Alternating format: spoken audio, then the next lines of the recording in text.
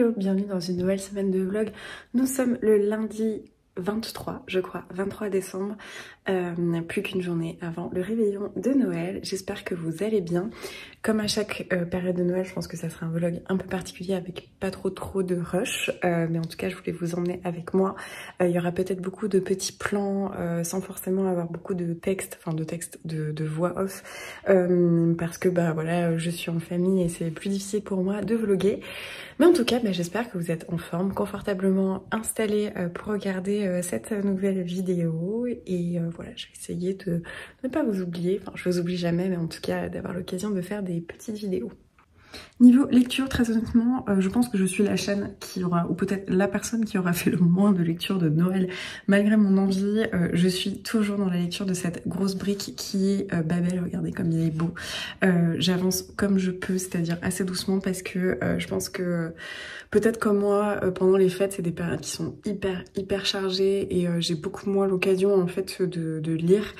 Mais voilà, je suis toujours en train de lire Babel. En ce moment, je suis épuisée le soir et du coup, j'ai très peu de résistance au sommeil et je m'endors très vite. Donc j'avance vraiment presque un chapitre par jour. Mais j'aime toujours autant cette lecture. Vraiment, je vous la recommande si vous aimez les ambiances Dark Academia, si vous aimez les ambiances un peu voilà, universitaires. Là, on est en plein dans Oxford. Que vous aimez un côté un peu presque politique, mais il y a comme un genre de réalisme magique parce qu'au final c'est vraiment d'actualité, c'est assez politique mine de rien ce qui se passe, et notamment avec toutes les questions d'esclavagisme, d'hégémonie on va dire, là de l'Angleterre, sur la Chine, sur des pays voilà un peu plus défavorisés on va dire.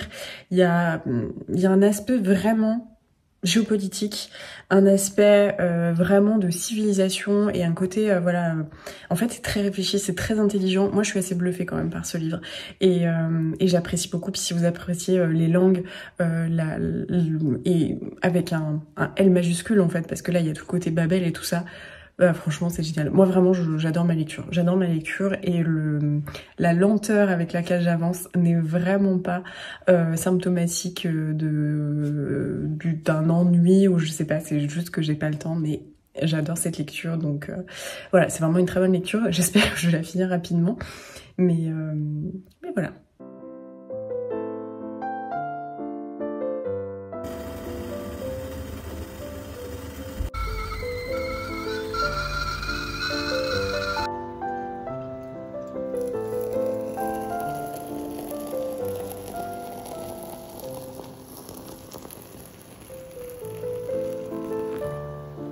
Petite pause tea time, il est à peu près 16h, non 15h. Je voulais me poser un peu plus tôt, il est 15h30 je crois, mais j'ai fait plein de petites choses, j'ai édité des photos, enfin voilà, j'avais 2-3 trucs à faire. Donc je m'octroie une petite pause avec une orangette, on dirait une petite crotte mais c'est une orangette. Je vous en ai pas parlé dans le vlog précédent, mais quand j'ai fait mes derniers achats de Noël, je suis passée chez Momi, qui est ma librairie graphique préférée, et j'ai acheté pour moi Planétarium Ghost Travel. Je suis un peu en retard avec toutes mes séries manga. Je pense qu'il faudrait en fait que je relise les derniers tomes pour pouvoir continuer celles que j'avais en cours. Mais donc mon amie Estelle m'a conseillé en fait celle-ci, où on suit ce petit personnage qui va de planète en planète en fait avec son scooter je crois, et il y a une forme d'épidémie où les planètes meurent, et une fois qu'elles sont atteintes et qu'elles meurent, elles deviennent des espèces de petits arbres, et les petites lumières là comme ça, ce sont les souvenirs, et apparemment c'est très contemplatif, il y a un côté un peu Petit Prince, et voilà, ça me tentait bien. Donc là je me suis dit pourquoi pas me faire ce petit manga un peu là en one shot comme ça. Donc pour le moment c'est un tome 1, mais ouais, j'ai plutôt hâte. Donc c'est édité par le Renard Doré et ouais, j'ai trop hâte de lire ça, donc voilà.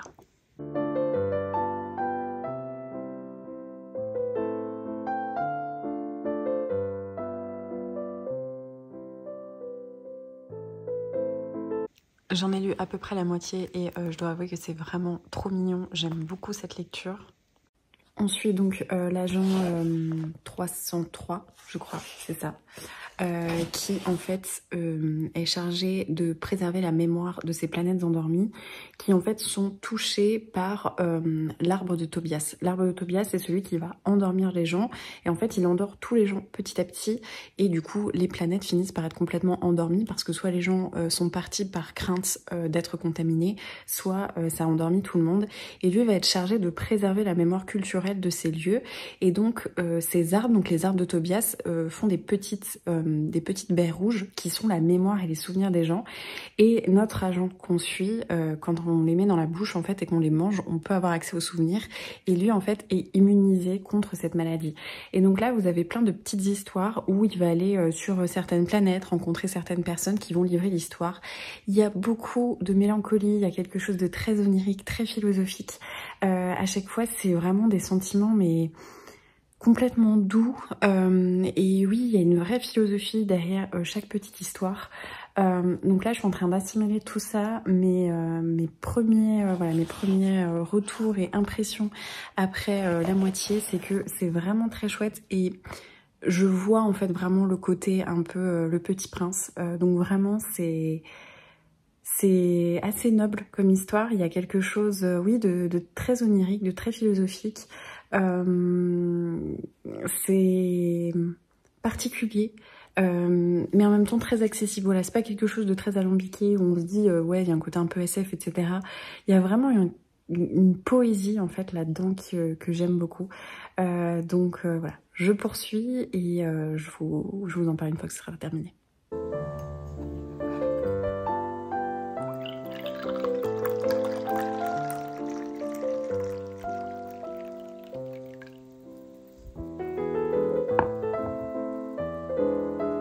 Hello, joyeux jour du réveillon de Noël. J'ai l'air d'une folle furieuse avec mes onglaises. En fait, j'ai fait mes cheveux avec mon Dyson et du coup j'ai des énormes onglaises. Mais vous inquiétez pas, ça va pas ressembler à ça à la fin.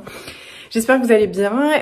Nous, on va partir d'ici 2 heures. Là, j'ai fait mes meringues ce matin pour la pavlova que j'amène pour le repas de Noël demain. Là, on fait le réveillon avec mes parents et ensuite le lendemain dans la famille de mon chéri. Donc voilà.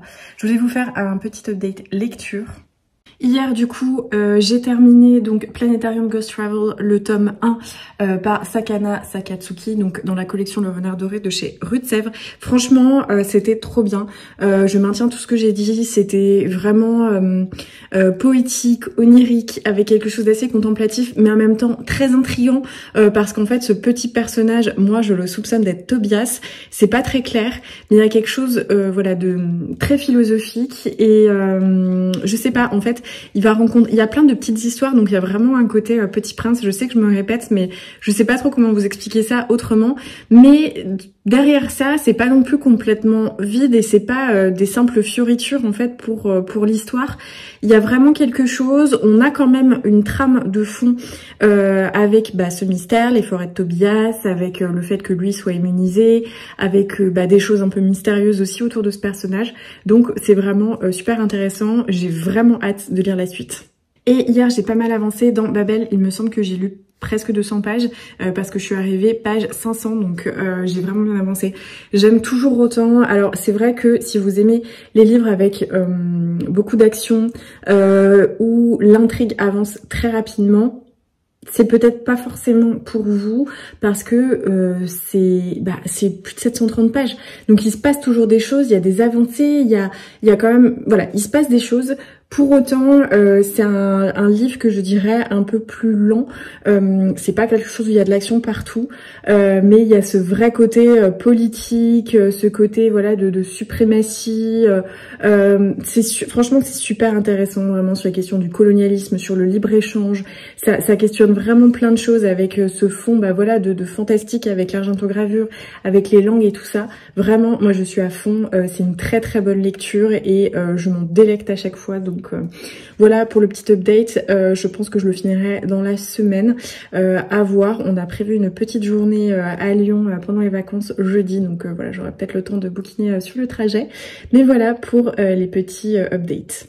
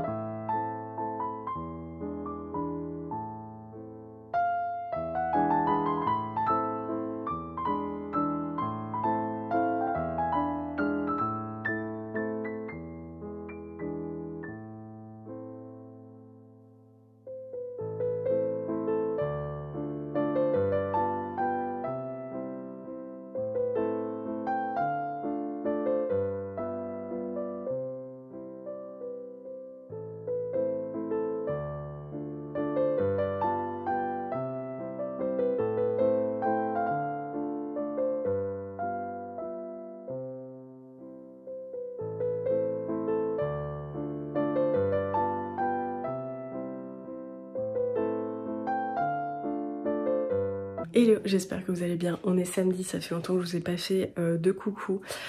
J'ai plein d'updates à vous faire puisque j'ai terminé Babel et j'ai terminé également 2 autres livres, mais je n'ai pas encore eu le temps de vous en parler, je vais essayer de faire ça demain. Là, je vous prends parce qu'il faut que je trouve une nouvelle lecture. Comme vous pouvez l'entendre, je suis hyper malade. Mais j'aimerais bien trouver une autre lecture. Là, j'ai enchaîné 2 contemporains, enfin 2 livres un peu littérature blanche.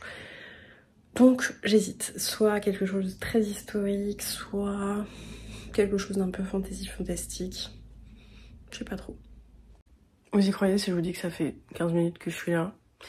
Et franchement, je ne sais pas quoi lire. J'ai ma pile à lire qui est par là grand format. Mes livres de poche sont un peu mélangés. Et franchement, il n'y a rien qui me tente parce que j'ai fait 3 super lectures et je ne sais pas du tout quel mood en fait j'ai envie de lire.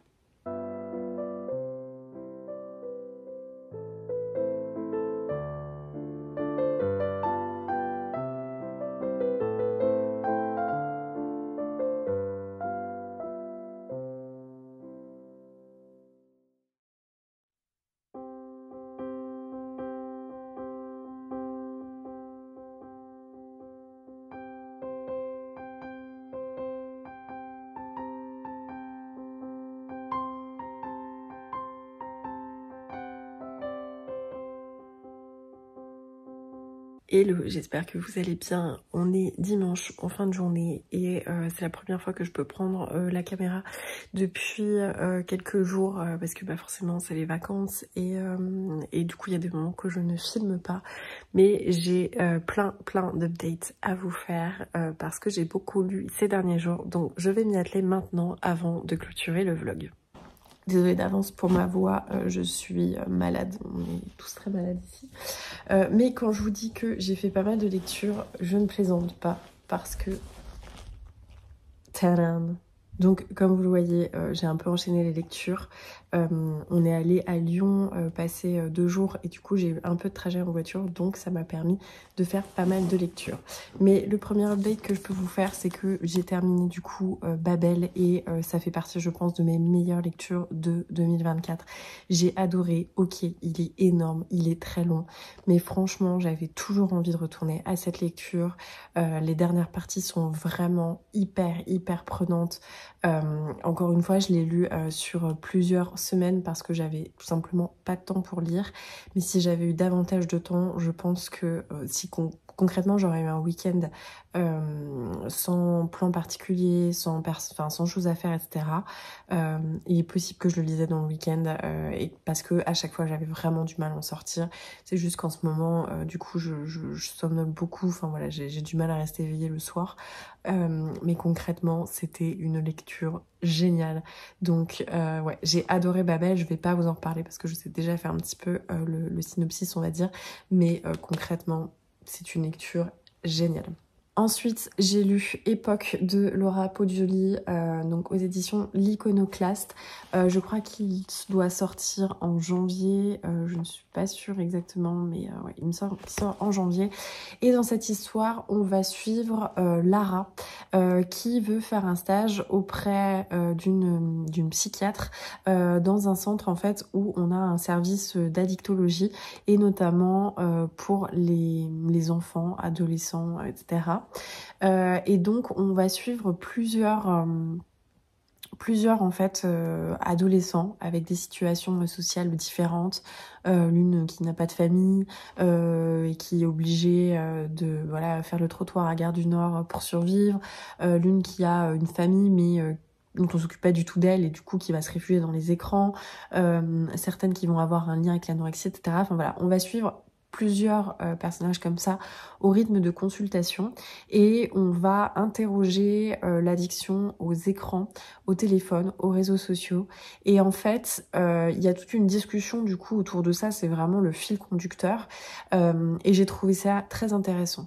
Ce qui m'a un peu plus déplu dans cette histoire, c'est que le personnage de Lara rapproche on va dire ces exemples d'addiction à l'exemple qu'elle a eu, où elle a eu une liaison il y a quelque temps avec un médecin qui était son psychiatre, et c'est une liaison qui est devenue extrêmement toxique, extrêmement harcelante et qui a eu vraiment un impact dans sa vie pour différentes raisons. Et donc, elle va un peu lier cette addiction à ce qui s'est passé et le fait qu'elle était sous emprise, etc. J'ai un peu moins aimé cette partie-là parce que, c'était un manipulateur, un pervers narcissique, tout ce qu'on veut, mais j'ai trouvé que... je sais pas, en fait. Au début, je me disais, ok, il y a peut-être quelque chose, elle va finir par être complètement addict aux écrans et on voit le lien. Mais en fait, à part simplement le fait d'avoir été addict à cet homme au point d'oublier qu'elle avait un mari, des enfants, etc., j'ai pas trop compris pourquoi on avait ça sur le plan personnel. Ça faisait vraiment un peu office de prétexte au final pour raconter l'histoire de Lara avec ce médecin. Et c'est vrai que de temps en temps, ça m'extirpait un peu de ma lecture et du sujet. Pour autant, j'ai trouvé que c'était extrêmement intéressant. On voit quand même... on a aussi beaucoup c'est assez chiffré en fait. Je pense que c'est très bien documenté. Vous avez des fois les chiffres sur la consommation des écrans pour les enfants, etc. Donc il y a quand même quelque chose de... Voilà, c'est quand même travaillé, mais c'est vrai que on voit très peu au final de grandes évolutions des personnages. Et quand je dis grande, c'est pas en termes de grands pas franchis, mais en tout cas de longues, on va dire, évolutions, parce que c'est assez court. Et vu que l'histoire de Lara prend de plus en plus de place dans le récit, en fait, on a un peu une brève conclusion à la fin. Bon, bah pour elle, ça va mieux, mais bon, c'est pas comme ça pour tous les autres.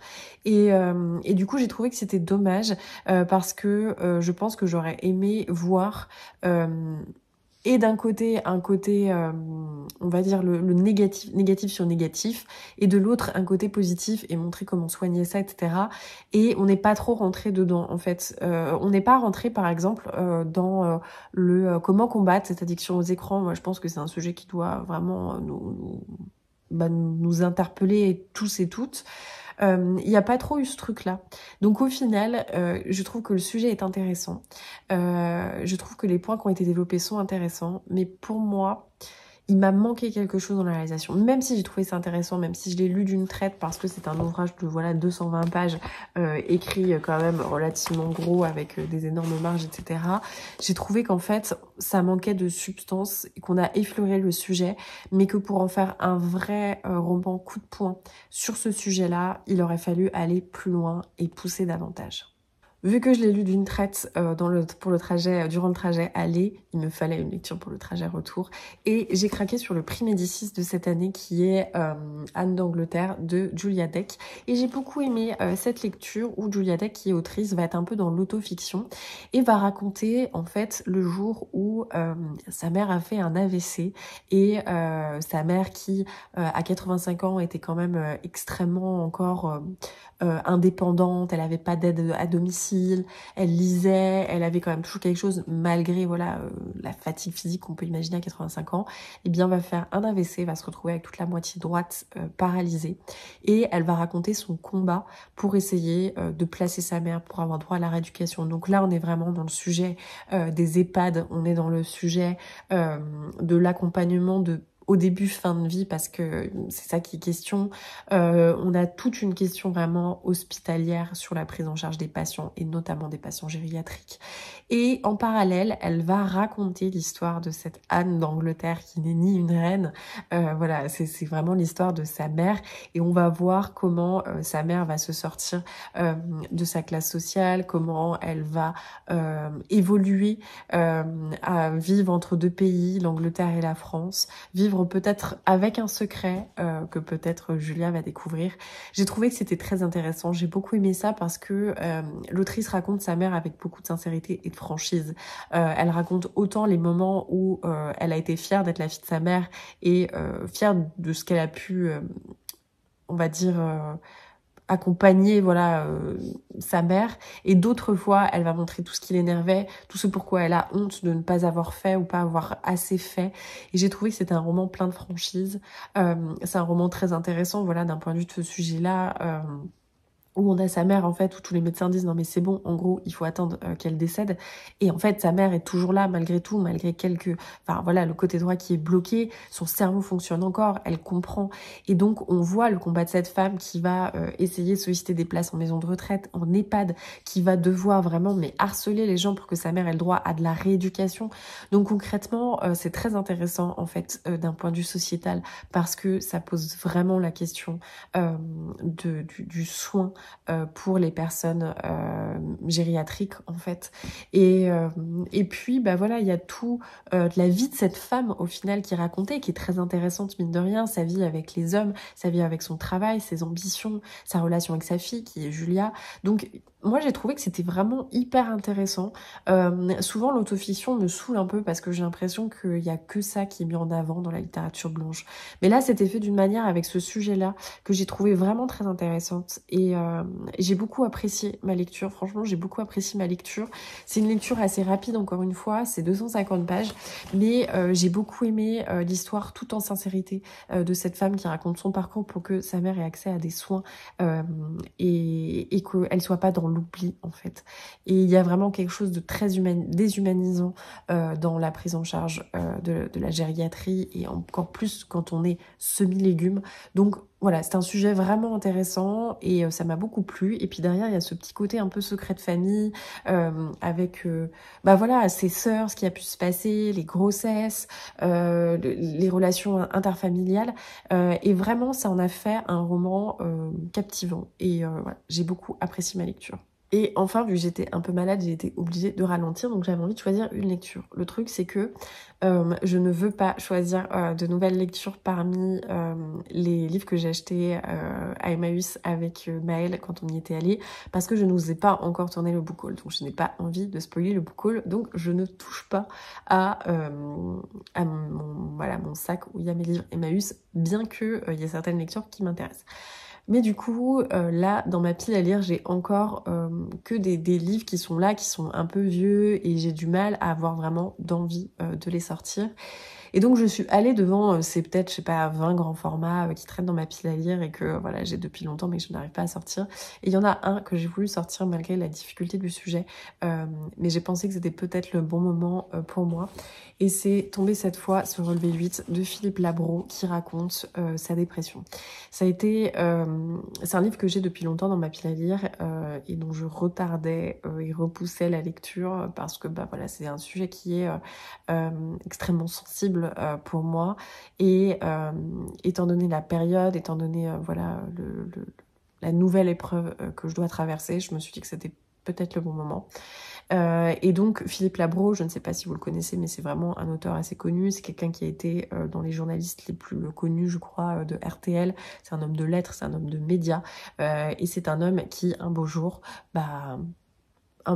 presque en fait, presque d'un coup, ne peut plus se lever, ne veut plus manger, n'arrive plus à parler avec ses proches, n'arrive plus à être heureux, n'arrive plus à sourire, n'arrive plus à faire le moindre petit geste du quotidien, n'arrive plus à sortir de chez lui parce que tout est une épreuve, et il va tomber du coup dans une dépression, et il va raconter un peu son parcours, comment sa famille l'a poussé à prendre un traitement, comment ce qu'ont fait les proches. Il a décrit sa maladie, mais il a aussi décrit sa guérison. Et j'ai trouvé que c'était vraiment très intéressant. C'est intéressant quand on a vécu la dépression, quand on a vécu la prise en charge médicamenteuse de la dépression. Mais c'est aussi intéressant, je pense, quand on a connu un proche qui est dans cet état-là. Moi, je sais que là, je suis un peu dans un état où je me dis, j'ai envie de le conseiller à mon amoureux, j'ai envie de le conseiller à mes parents, et j'ai envie de leur montrer en fait ce que c'est, et avoir ce point de vue-là du malade qui trouve les mots, parce que les mots sont durs à trouver, et voilà, d'expliquer un peu tout ça. Et c'est une lecture qui est difficile quand on a traversé ça, ou qu'on a vu un proche traverser ça. Mais pour autant, je pense qu'elle est nécessaire parce qu'elle réexplique aussi un petit peu la maladie. Elle montre aussi les symptômes, et au final, on se sent quand même compris ou comprise. Et voilà, c'était une lecture difficile mais nécessaire. Et après toutes ces lectures, je dois vous avouer que je ne savais pas trop quoi lire parce qu'il est difficile de retourner dans une lecture fantastique. Alors déjà, je crois que j'en ai pas dans ma palle, mais vraiment je suis marquée par Babel, qui était pour moi une lecture mais vraiment magistrale. Et du coup, j'ai envie de m'éloigner de ce genre-là pour ne pas être déçue. Mais j'ai regardé en fait dans mes livres et il n'y a pas grand chose qui me tente en fait dans mes piles à lire. C'est pas parce qu'on a une grande pile à lire au final qu'on va trouver un livre. C'est un peu comme des fringues, hein. Des fois on a plein de fringues et on se dit je sais pas quoi mettre, bah c'est pareil, je sais pas quoi lire. Mais du coup Marion a reçu If You Were Villains pour Noël et je me suis dit que c'était le bon moment pour le sortir également, et donc on fait une lecture commune. Donc là je vais lire 6 scènes ce soir parce qu'en fait le livre est divisé en 5 actes, je crois. Et le premier acte, il y a 12 scènes. Donc là, on va en lire 6. Mais de toute manière, voilà, je vous ferai un petit update sur le prochain vlog. Mais on a des segments de lecture assez courts parce que forcément, avec le nouvel an et tout ça, bon, bah, on va peut-être être un peu... on n'aura peut-être pas forcément beaucoup de temps pour lire. Mais voilà, du coup, les petits updates de ces derniers jours. Sinon voilà, j'ai pas grand chose à vous raconter d'autre. Ces derniers jours, j'ai passé mon temps à chercher une boîte de mouchoirs, à me moucher. Vraiment, là je suis séchée par ce dernier microbe de l'année. J'espère que ça va vite aller mieux. J'ai pas trop filmé quand on était à Lyon. Simplement parce qu'on s'est baladé, mais également parce qu'en fait il faisait extrêmement froid et que j'étais en train de tomber malade. Donc voilà, j'ai pas trop eu le temps de filmer. Je crois juste que je vous ai filmé à la Fnac de Lyon-Part-Dieu où j'ai vu les dernières sorties Hurlevent, et ça m'a fait trop plaisir parce qu'en plus elles étaient rangées à l'endroit où normalement il y a les Pléiades. Donc vraiment c'était un peu le goal. Je suis allée me présenter, j'ai un peu bravé ma timidité et je suis allée me présenter à la responsable du rayon, et c'était très chouette parce que d'habitude on est un peu... c'est pas qu'on est mal reçu, mais elles ont toujours autre chose à faire. Et puis parfois, voilà, les libraires voilà, s'en fichent, n'ont pas forcément envie de mettre un visage. Mais là, elle était super encourageante. Elle disait que elle, voilà, elle connaissait pas, et on comprend parce que il y a tellement d'autres maisons d'édition et elles ont tellement de choses à lire, etc. Mais qu'elles étaient assez impressionnées, interloquées parce que les livres se vendaient et que voilà, elles étaient un peu interloquées. Donc j'étais très contente de cet échange et ouais, ça m'a mis du baume au cœur. Donc voilà. Mais sinon, on a passé du temps en famille. Et voilà pour ces derniers petits jours. J'espère que le vlog sera quand même un minimum intéressant. Forcément pendant les fêtes c'est plus difficile de filmer parce que voilà, il y a on va dire les moments en famille et tout ça. Je vous ai pas montré mes cadeaux de Noël, mais j'ai eu peu de cadeaux livresques, donc voilà, je sais pas si ça vous intéresse, je pense que je les montrerai au fur et à mesure. Ce soir je pense qu'on va regarder un film parce que on a tellement lu. Mon chéri a fini la BD Persépolis, je crois. Il est en train d'en lire une nouvelle que j'ai offerte à Noël parce qu'en ce moment il est à fond depuis l'Arabe du futur, donc tout ce qui est conflit politique, etc. Et là j'ai trouvé une BD qui s'appelle Warm, et c'est sur tout un peu le conflit politique cubain, etc. Donc avec Fidel Castro et tout ça. Donc je pense qu'on a beaucoup lu et à mon avis on va se faire un petit film ce soir. Comme d'habitude, je clôture le vlog au moment de le monter. J'espère que vous avez passé un agréable moment en ma compagnie. J'ai pas eu vraiment beaucoup de temps pour vlogger sur cette semaine. C'était les fêtes de Noël et je pense que comme moi, vous étiez bien occupés à festoyer. J'espère que vous avez été couvertes de cadeaux, d'attention, d'amour et de bienveillance. Voilà, j'espère que vous avez passé un doux moment pendant les fêtes. En tout cas, n'hésitez pas dans les commentaires à me dire ce que vous avez reçu pour Noël et si vous avez reçu des livres. À mettre un petit pouce si le cœur vous en dit, à vous abonner si ça n'est pas déjà fait et à partager sur les réseaux sociaux, notamment en story sur Instagram.